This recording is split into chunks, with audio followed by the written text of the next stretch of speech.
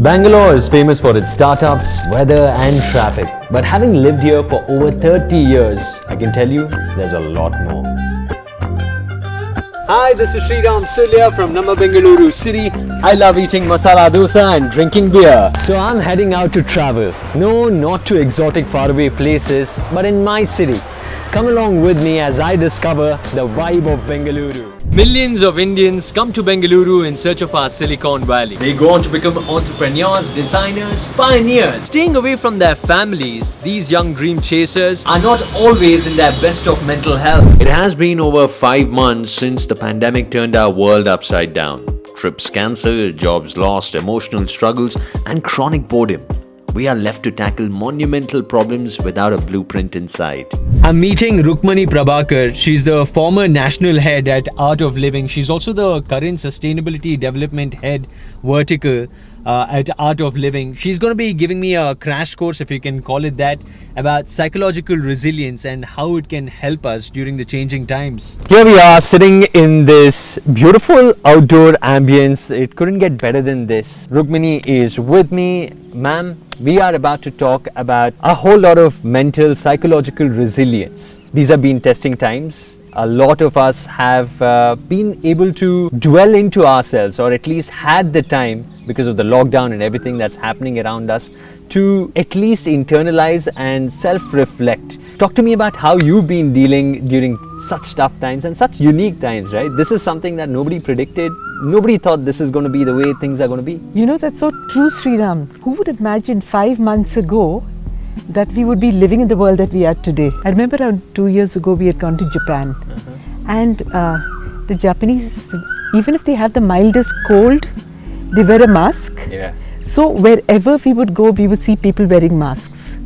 And I thought to myself, what a polite nation. And now we are the polite nation, almost, right? Yeah. Or hopefully, people are understanding that our entire paradigm has shifted. It's another world, not ever anticipated, not at all. I think all of us have had to reinvent ourselves. Actually, it's been a very good time for me personally. There's been more time for yoga, fitness, exercise, and definitely more time for meditation. I've set up a home office. I teach online meditation classes. A lot of our social initiatives that I would have to go out and meet people for and be in meetings all day, all that is now happening online far more effectively than spending hours in traffic and wasting time going up and down. So true, so true. And different people have been affected in different manners. A working professional to business owners to students even. How exactly would you think or would you suggest that one can go about it, and having inner strength definitely will be tested during such times, right? I think the word that we're looking for here is psychological resilience.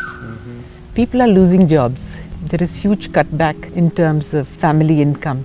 So at this point, I really feel that the only thing that we really have with us is our mind, and our ability to be resilient at this time is what will tide us over the situation that we are facing right now. So building psychological resilience is really the most important thing that we have to focus on today, wherever we are, whoever we are. How exactly would you say we can go about building psychological resilience? Sriram, ideally you should have been building it since the time you were a little child.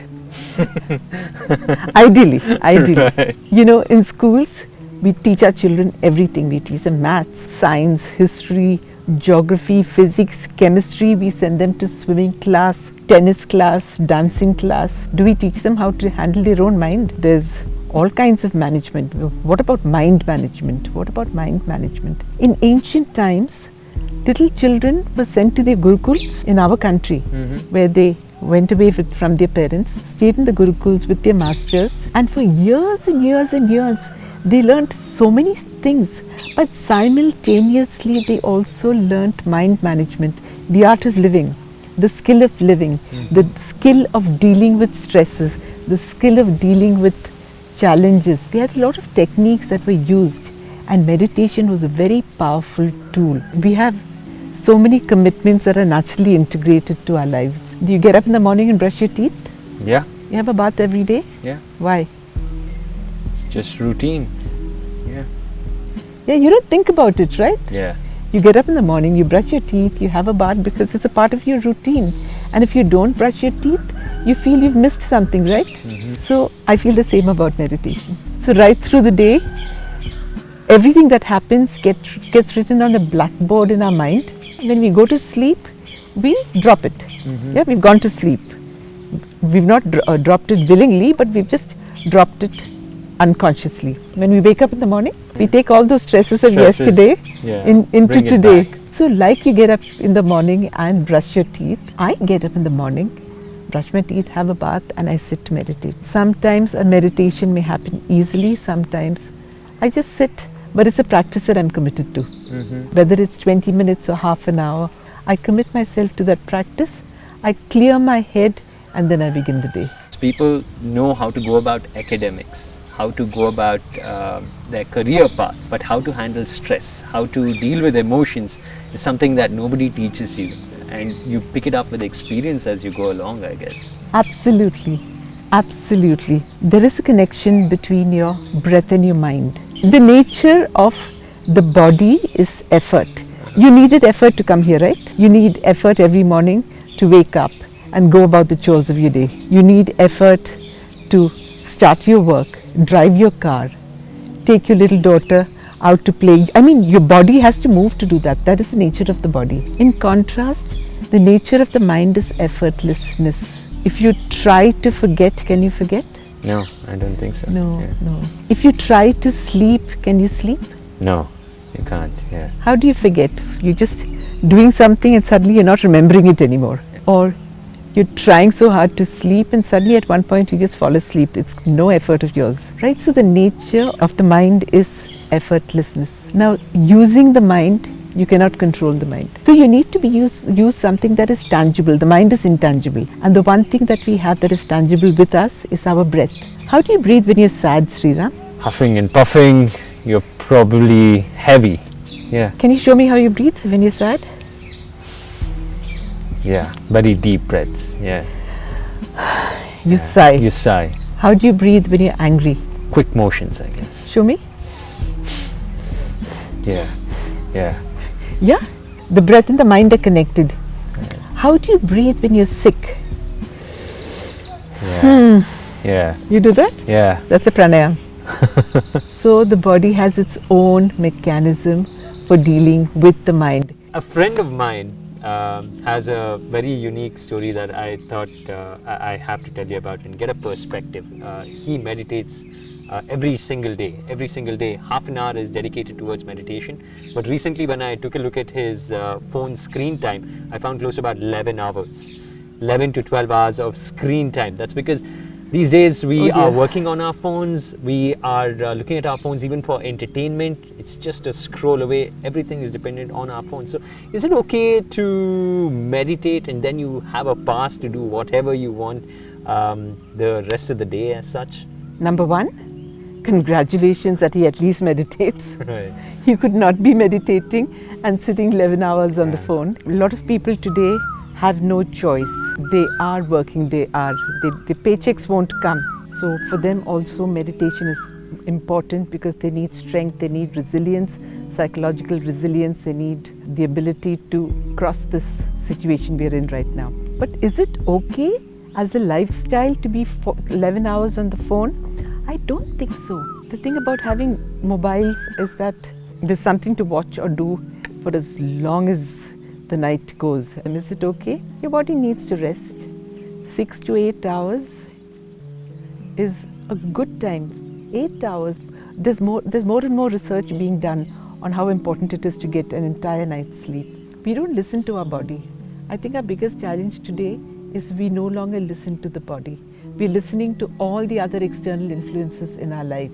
So if we listen to our body, there will be fewer stresses because the body will tell us what it needs, what it doesn't need, when to sleep, when to eat. But our rhythms are very different. It's connected to our demands and challenges and our paychecks. So we need to be able to find a willful way to work with the breath, to deal with the mind. And that's where meditation comes in. What exactly will you be taking me through? We have a small little meditation session that's lined up for us. I'll take you from the experience of the beautiful outer world into the beautiful inner world. Okay. And your responsibility is just to relax.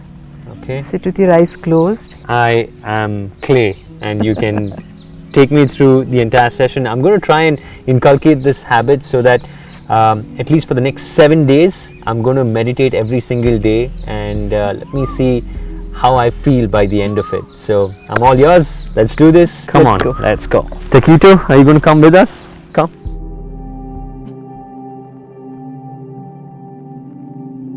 So let us sit comfortably with our eyes closed and take a deep breath in and let go.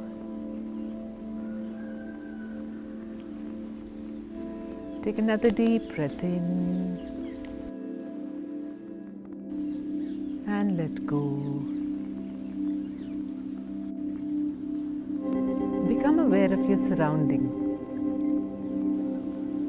Continue to breathe, taking long deep breaths in and letting go. Your incoming breath energizes your body. Your outgoing breath relaxes your body. Take a deep breath in and let go. Become aware of your thoughts. Take a deep breath in and let go.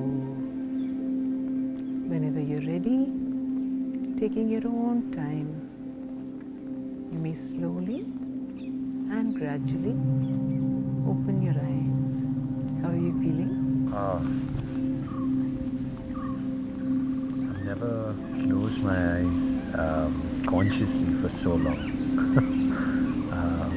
When I'm in a state that I'm awake, yet I've let go of everything else and I'm just sitting down and just following the instructions that you said.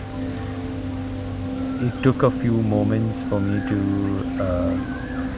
adjust my sight, and once I opened my eyes, just everything looked different, and it was nice to see that we're outdoors. We are in such a beautiful place. I could really feel everything when you said just concentrate on the sounds around you, feeling this thought of feeling fresh, and definitely feel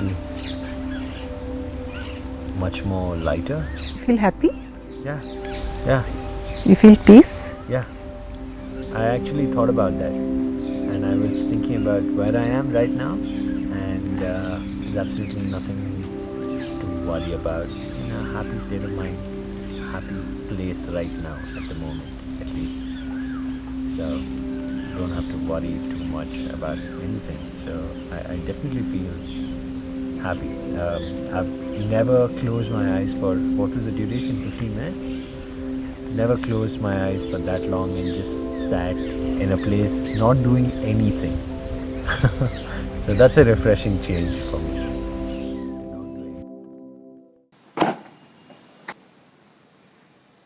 Hey guys, just finished my meditation for the day. Initially, I was trying to cut the noise around me, and then I was like, wait, why am I even trying to cut the noise? Let me just go with the flow and follow the instructions. I feel like I'm set for the day. It's good that I did it right in the morning. Now I feel okay, it's done with, it's through. I feel my head is in a clearer space, and now I'm ready to face the day. Let's see how it goes. I need to follow this every single day, though. That's going to be the bigger challenge. So let's go.